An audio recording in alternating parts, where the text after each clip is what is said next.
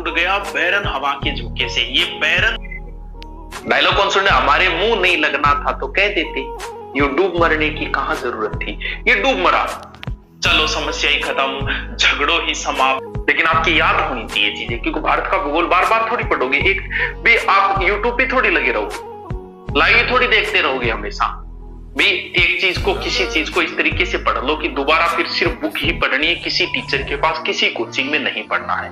हमेशा यही नीति रखो जब भी पढ़ो, ये है मेरा लास्ट गुरु जी, आंख ना पढ़ ली, भले किसी से पॉलिटिकल पढ़ रहे हो, बस लास्ट है, बाद में फिर सिर्फ किताबा में गए अध्ययन करो, क्योंकि नौकरी किताबों से लगो, ये कन्फर्म है। दुनिया की कोई कोचिंग, दुनिया का कोई ऑनलाइन नौकरी नहीं लगाएगा, नौकरी आपको लगना है, और उधर से होना चाहिए सब्जेक्ट में रुचि की।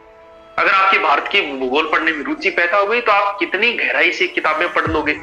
लोग भयंकर भयंकर टफ किताब ले आते हैं, उसे पढ़ लेते हैं।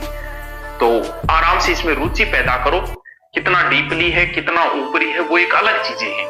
ठीक है, चल के अंदर 50 लाख उसे लोग ताना देते थे, तब उसने केबीसी में बैठ के भी एक बड़ी अच्छी बात कही कि मैं नौकरी तो नहीं लगा, एसआई में मैं रह गया था और अब मैं वनपाल की तैयारी कर रहा हूं, लेकिन एक बात उसने कही कि ज्ञान है, ज्ञान हमेशा काम आएगा, ज्ञान की पूजा हमेशा होगी।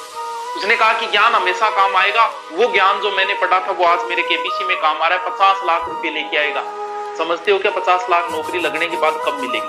आप पूरे जीवन भर नौकरी की तैयारी करोगे ना, नौकरी आज आप लगोगे, 30 साल नौकरी करोगे तो अधिकतम आपको लगभग 2-1 करोड़ रुपए होंगे।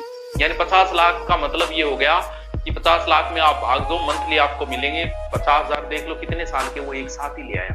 ज्ञान की हमेशा पूजा होगी, क्योंकि युद्ध तो अर्जुन ने जीता था, लेकिन पूजा कृष्ण गया, क्योंकि कृष्ण ज्ञानी था। ज्ञानवान ही पूजा जाएगा हमेशा।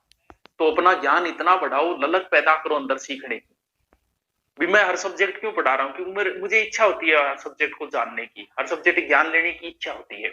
तो अपने ज्ञान प्राप्त करने की थोड़ी सी इच्छा जागृत करो अंदर, और जब इच्छा जागृत होगी, पढ़ ऐसे मत पढ़ो कि मुझे एग्जाम है तब मुझे मेवाड़ का इतिहास पढ़ना है। नहीं, मैं जानना चाहता हूं मेवाड़ का इतिहास में ऐसा क्या था, महाराणा प्रताप में ऐसा क्या था कि आज महाराणा प्रताप पूजे जाते हैं, राणा सांगा में ऐसा क्या था कि लोग नाम लेते हैं उनका।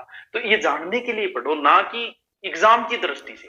एग्जाम की दृष्टि तो ऑटोमेटिक ही हो जाएगी।